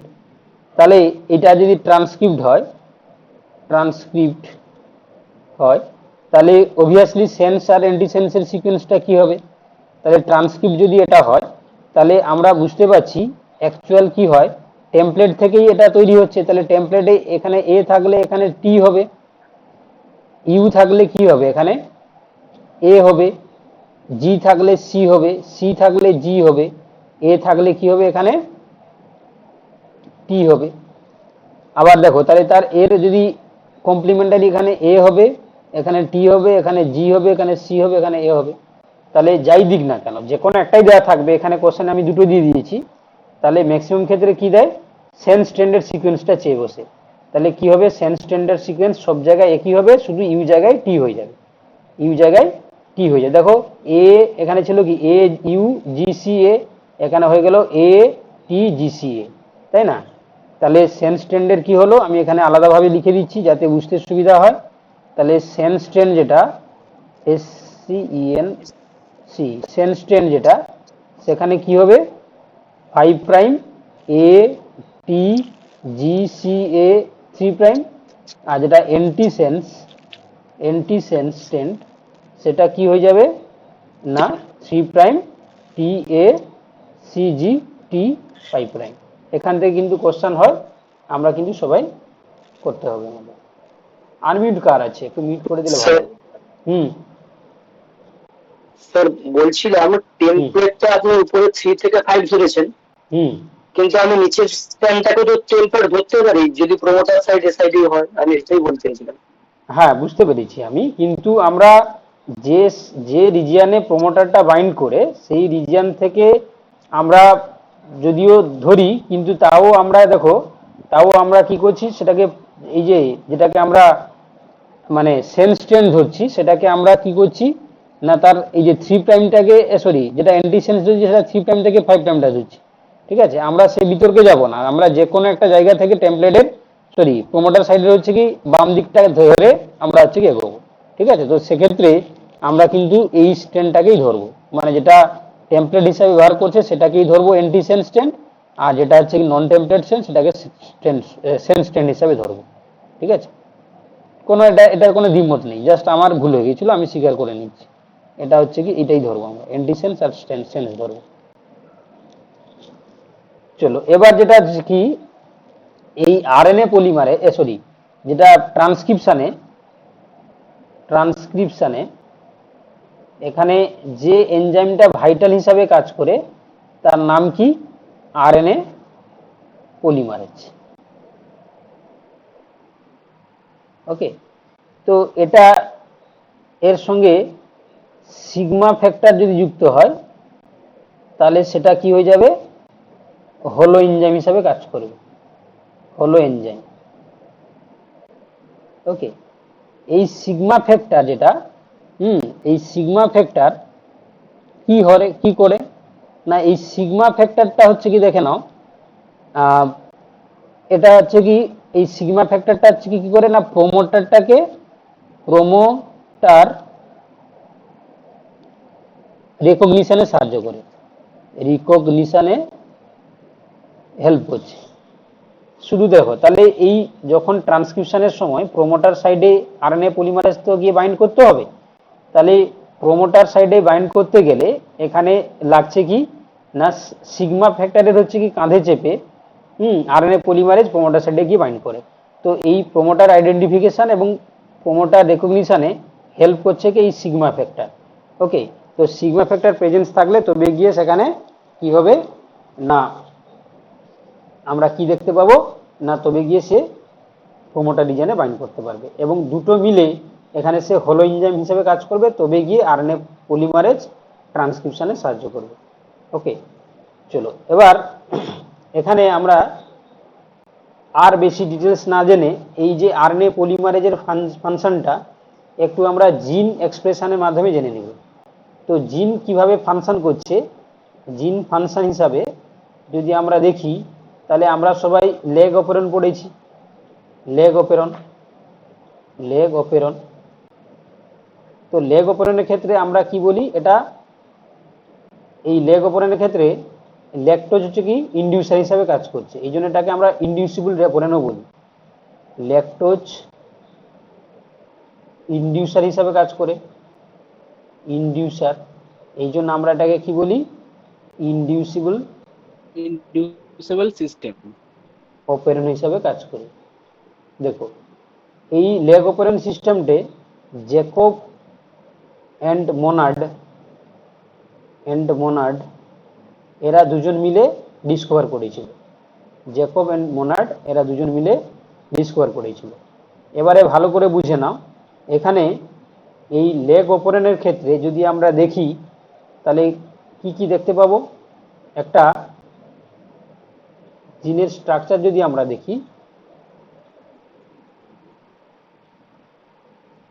তাহলে প্রথমে থাকে কে, লেগ আই, লেগ ও আর লেগ পি, আর এখানে থাকবে কে, লেগ জেড, লেগ ওয়াই আর লেগ এ।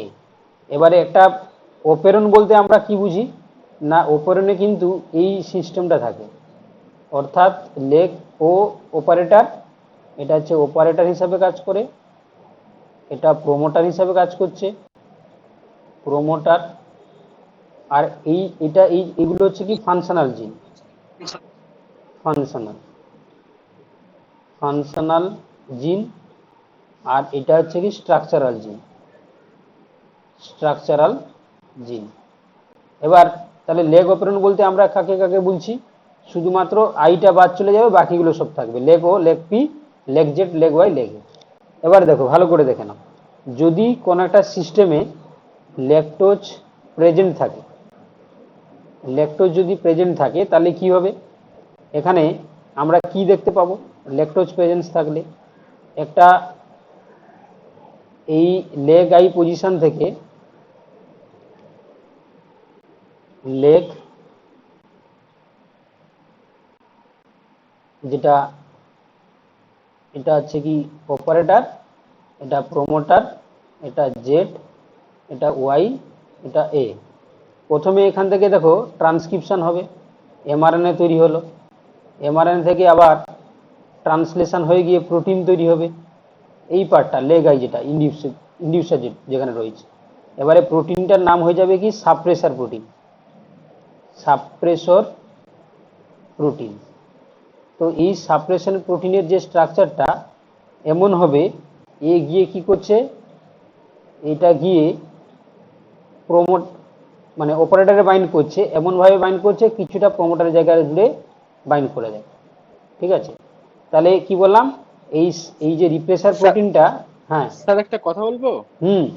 স্যার এই পিটা মনে হচ্ছে আইপিও হবে, অর্ডারটা আইপিও, হ্যাঁ, এটা ভিতরে থাকবে, এটা বাইরে থাকবে, ঠিক। আইটা লেখাই এটা হচ্ছে কি মানে পি হবে, ওটা হবে ডান সাইডে, মানে আইপিও। এটা পি, এটা ও। ঠিক আছে, তাহলে কি বললাম, এই প্রমোটার মানে মিডিলটা পি হবে।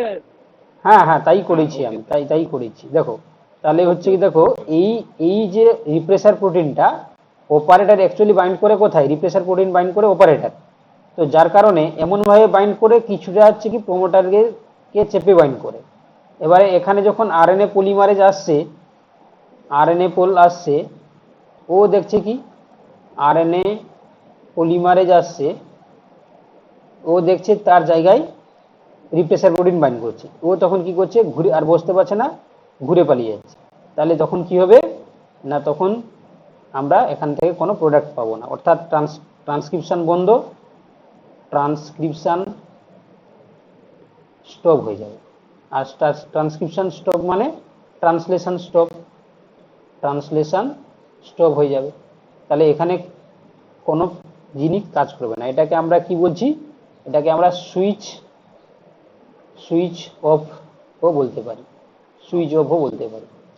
চলো, এবার যদি কোনো কারণে সিস্টেমে ল্যাকটোজ যদি প্রেজেন্স থাকে, তাহলে সেক্ষেত্রে কি হবে, ল্যাকটোজ যদি প্রেজেন্স থাকে, তাহলে এটা আই, এটা এটা থাকবে পি, এটা ও, এটা হচ্ছে কি জেড ওয়াই এ। দেখো, তাহলে এখানে যদি হচ্ছে কি সিস্টেমে ল্যাকটোজ প্রেজেন্স রয়েছে, তাহলে প্রথমে ট্রান্সক্রিপশন হয়ে এমআরএনএ তৈরি হবে। এমআরএনএ হলেই তাহলে ল্যাকটোজ, এখানে কি ল্যাকটোজ প্রেজেন্ট। ওকে, তাহলে এমআরএনএ তৈরি হলো, এমআরএনএ থেকে ট্রান্সলেশন করে কি তৈরি করবে, প্রোটিন তৈরি করবে। এই প্রোটিনটা এমন ভাবে তৈরি হবে, সে কি করছে, এটার নাম হলো কি না রিপ্রেসর প্রোটিন, রিপ্রেসর প্রোটিন। যদি মিডিয়াতে ল্যাকটোজ থাকে, সেটা কি হয়ে যাবে, ল্যাকটোজ ওয়াটারের সঙ্গে মিক্সড করে অ্যালোল্যাকটোজ হয়ে যাবে, অ্যালোল্যাকটোজ। এই অ্যালোল্যাকটোজ হচ্ছে কি করবে, রিপ্রেসার প্রোটিনের সঙ্গে বাইন্ড করে ওর 12টা বাজাবে। এই এই রিপ্রেসার প্রোটিনের সঙ্গে বাইন্ড করে এই স্ট্রাকচারটাকে গড়বড় করে দিবে। যদি স্ট্রাকচার গড়বড় হয়ে যায়, তার এমন একটা স্ট্রাকচার হয়ে গেল, এ আর কি অপারেটারে বাইন্ড করতে পারছে না। যদি অপারেটারে হচ্ছে কি না বাইন্ড করতে পারে, তাহলে কি দেখতে পাবো আমরা, যেটা হলো এনজাইম হিসাবে আরএনএ পলিমারেজ আসছে, সে কোনোভাবেই প্রমোটারে বাইন্ড করতে পারবে না। যদি সরি, বাইন্ড করে যাবে, সরি, তাহলে এসে কি করবে, প্রমোটারে বাইন্ড করে যাবে। তাহলে যদি প্রমোটারে বাইন্ড করে যায়, তাহলে এবার কি করবে, এই লেগ এখান থেকে এমআরএনএ তৈরি করে দিবে। স্ট্রাকচারাল জিন থেকে কি করছে, এমআরএনএ তৈরি করে দিচ্ছে। আচ্ছা, এটা এই যে স্টাডিটা হয়েছিল কার কার উপরে হয়েছিল, না এটা ইকোলাইর উপরে হয়েছিল, অর্থাৎ প্রোক্রিওটিক সিস্টেমের উপরে। ইকোলাই অর্থাৎ এটা প্রোক্যারিওট, আমরা জানি প্রোক্যারিওট। তো এই জন্য দেখো, এখানে কি হচ্ছে না, এমআরএনএ থেকে এবারে প্রোটিন ট্রান্সলেশন হয়ে প্রোটিন তৈরি করবে। এই এই তিনটে আলাদা আলাদা রিজিয়ন থেকে আলাদা আলাদা প্রোটিন তৈরি হবে, যেহেতু এটা প্রোক্যারিওটিক বলে। এই জায়গাটা থেকে হবে, আমি এখানে এ বি করে লিখে দিলে আরো ভালো বেটার বোঝা যাবে। এটা এ, এটা বি, এটা সি। এই জায়গা থেকে হবে বিটা গ্যালাক্টোসাইডেজ, গ্যালাক্টোসাইডেজ। বি থেকে হবে বিটা গ্যালাক্টোসাইডেজ, পারমিয়েজ। আর সি থেকে কি হবে, বিটা গ্যালাক্টোসাইডেজ ট্রান্স এসিটাইলেজ, ট্রান্স এসিটাইলেজ। ওকে, আর আমরা একটু আগেই প্রথমে বলেছিলাম যে প্রোক্যারিওটিকের ক্ষেত্রে কি হয়, এই যে এমআরএনএটা কি হিসাবে কাজ করে, পলিসিস্ট্রনিক হিসাবে কাজ করে, পলিসিস্ট্রনিক। তার একটা বড় উদাহরণ প্রমাণ আমরা পেয়ে গেলাম এখানে, বুঝতে পারলে। চলো, এই সবাই শুনতে পাচ্ছ তো, হ্যালো? হ্যাঁ স্যার, শোনা যাচ্ছে। চলো, এবার দেখো, এবার আমরা একটু জেনেটিক জেনেটিক ডিসঅর্ডারের দিকে যাচ্ছি। ডিসঅর্ডার,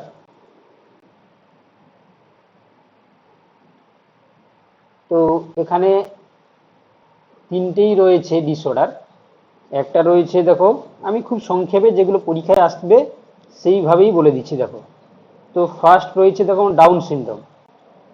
ডাউন সিনড্রোম, তো ডাউন সিনড্রোমের ক্ষেত্রে এটা এক্স ক্রোমোজোমের 21 নম্বর ক্রোমোজোমের ট্রাইজোমির জন্য ঘটে থাকে। 21 নম্বর ক্রোমোজোমের ট্রাইজোমির জন্য ঘটে থাকে। 21 নম্বর ক্রোমোজোমের ট্রাইজোমি। ট্রাইজোমি মানে কি না 2n+1 স্টেটেড এনুপ্লয়েডিয়াল। তো এখানে যেহেতু 21 নম্বর ক্রোমোজোমের ট্রাইজোমি ঘটছে, তাহলে সেক্ষেত্রে ক্যারিওটাইপ কি দাঁড়াবে? ক্যারিওটাইপ দাঁড়াবে 20,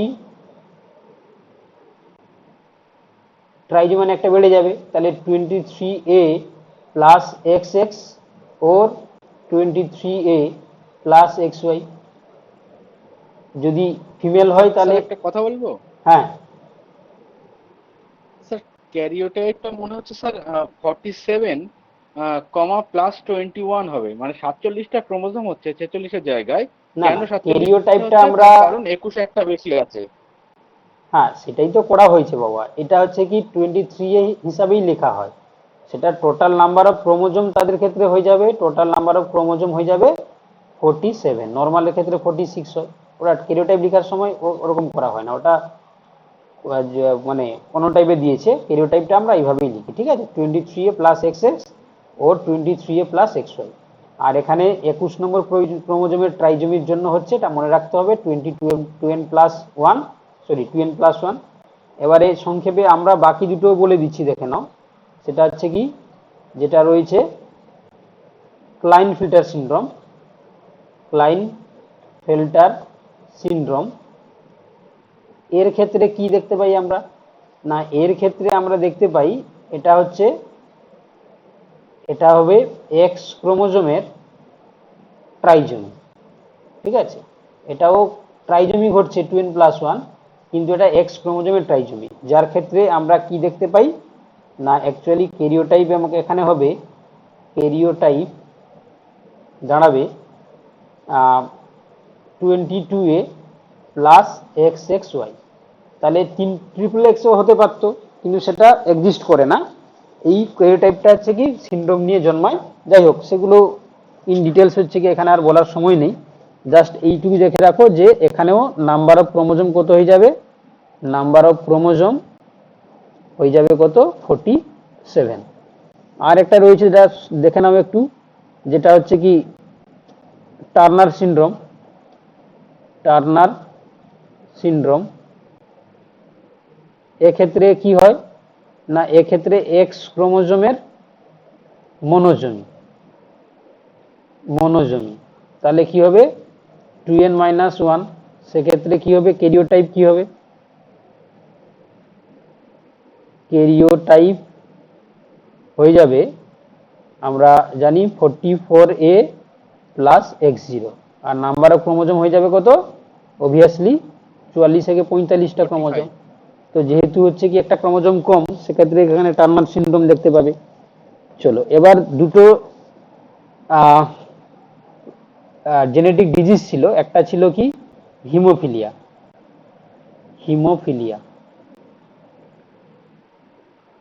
এটা একটু দেখে নাও। হিমোফিলিয়া হচ্ছে কি এক্স লিঙ্কড রিসেসিভ ডিজিজ।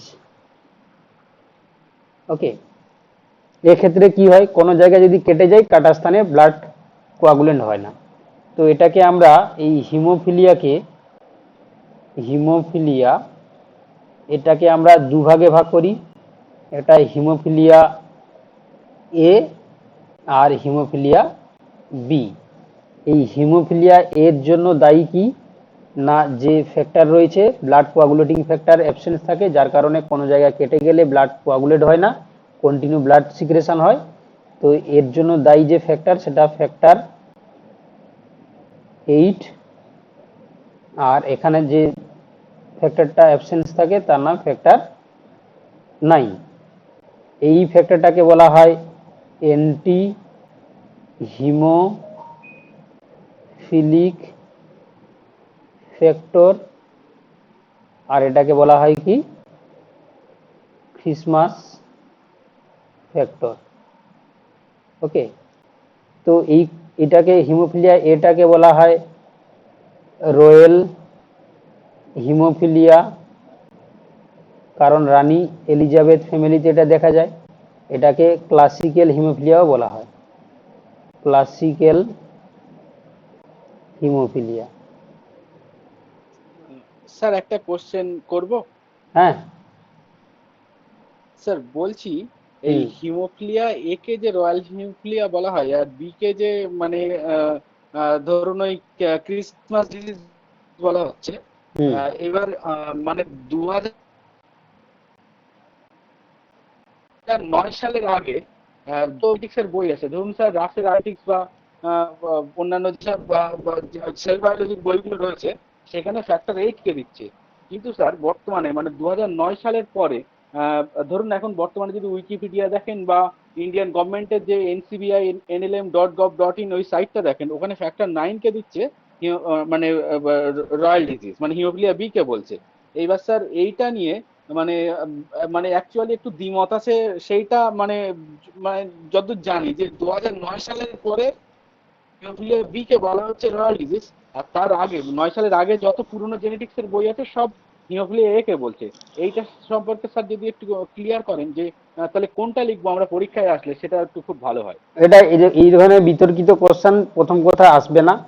এটা কোনটা রয়্যাল হিমোফিলিয়া বলবে এটা আসবে না। এখান থেকে কোশ্চেন হলে খুব বড় জোর ফ্যাক্টর কোনটা সেটা দিবে, ঠিক আছে? কোনটা হচ্ছে কি ফ্যাক্টর 8 কোনটা 9 এটা দিবে। এই রয়্যাল হিমোফিলিয়া এই ব্যাপারটা হচ্ছে কি যদি বিতর্কিত হয় তাহলে সেটা পরীক্ষায় থাকবে না। চলো এবার দেখো, ওকে এবার দেখো যেটা এখানে আমাদেরকে জানতে হয় সেটা এখানে যে পরীক্ষার জন্য আমি এটা তৈরি করে দিচ্ছি, এদের অ্যাকচুয়াল যে ডিজিজের পিছনে যে কারণের জন্য এদের ক্যারিওটাইপটা কেমন হবে দেখে নাও। যদি মেল হয়, যেহেতু এটা এক্স ক্রোমোজোম বাহিত রিসেসিভ ডিজিজ, আর যদি ফিমেল হয় তাহলে এদের সিস্টেমটা দেখে নাও। আমরা এখানে ডান দিকে দেখে নেব যে এইচটা হচ্ছে কি নর্মাল জিন, আর স্মল এইচটাকে ধরে নাও হিমোফিলিক এফেক্টেড জিন। তাহলে এই গ্রাফটা একটু দেখে নাও, কারণ এটার উপর ডিপেন্ড করে যা ম্যাথ দিবে তোমরা পেরে যাবে। মেলের ক্ষেত্রে যদি এক্স ক্যাপিটাল এইচ ওয়াই হয় তাহলে সে নর্মাল হয়ে যাবে, আর এক্স স্মল এইচ ওয়াই যদি হয় তাহলে কি হয়ে যাবে, সে এফেক্টেড হয়ে যাবে। ওয়াই যদি হয় তাহলে সে এফেক্টেড হয়ে যাবে। এবারে ফিমেলের ক্ষেত্রে তিনটে হতে পারে, এক্স ক্যাপিটাল এইচ মানে সে নর্মাল হবে, x capital H small H মানে সে ক্যারিয়ার হবে, x capital H small H হলে মানে সে দুটো স্মল এইচ হবে। এখানে যদি দুটোই স্মল এইচ থাকে তাহলে সেখানে কি হবে, এখানে এফেক্টেড হবে। ঠিক আছে, এই কনসেপ্টটা আমরা মাথায় রাখবো। চলো এবার হচ্ছে কি এখানে ছিল, আর এই ম্যাথগুলো আমরা পারবো, এটা জানলে এখান থেকে পারবো আমরা। এবার চলো যেটা ছিল থ্যালাসেমিয়া।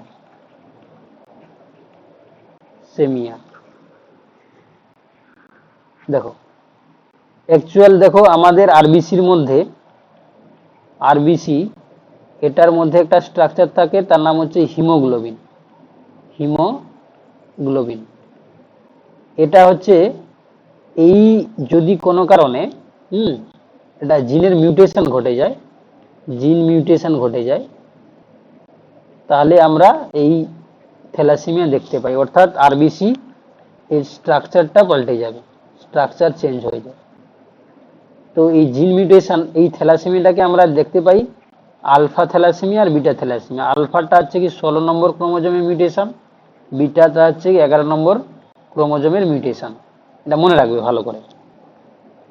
ওকে, চলো এবার দেখো ঠিক একইভাবে আমরা যদি দেখি তাহলে কি হয় না, নর্মাল যে ফাংশনটা অর্থাৎ আরবিসি এখানে করতে পারছে না, কারণ তার স্ট্রাকচার চেঞ্জ হয়ে যাচ্ছে বলে, এই জন্য বারবারে একে ব্লাড চেঞ্জ করাতে হয়, তাই না? তো ঠিক একইভাবে এটা হচ্ছে কি আমরা কি জানি যে অটোজোমাল রিসেসিভ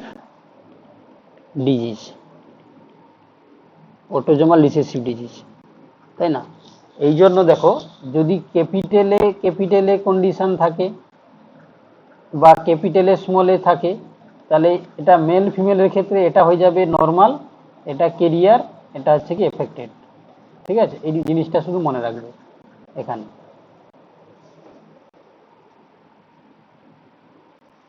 চলো এবার আমরা, আজকে তো অনেকটা রাত হয়ে গেল, এটা থাক, বাকি পোর্শনগুলো একদিন না হয় কমপ্লিট করানোর চেষ্টা হবে।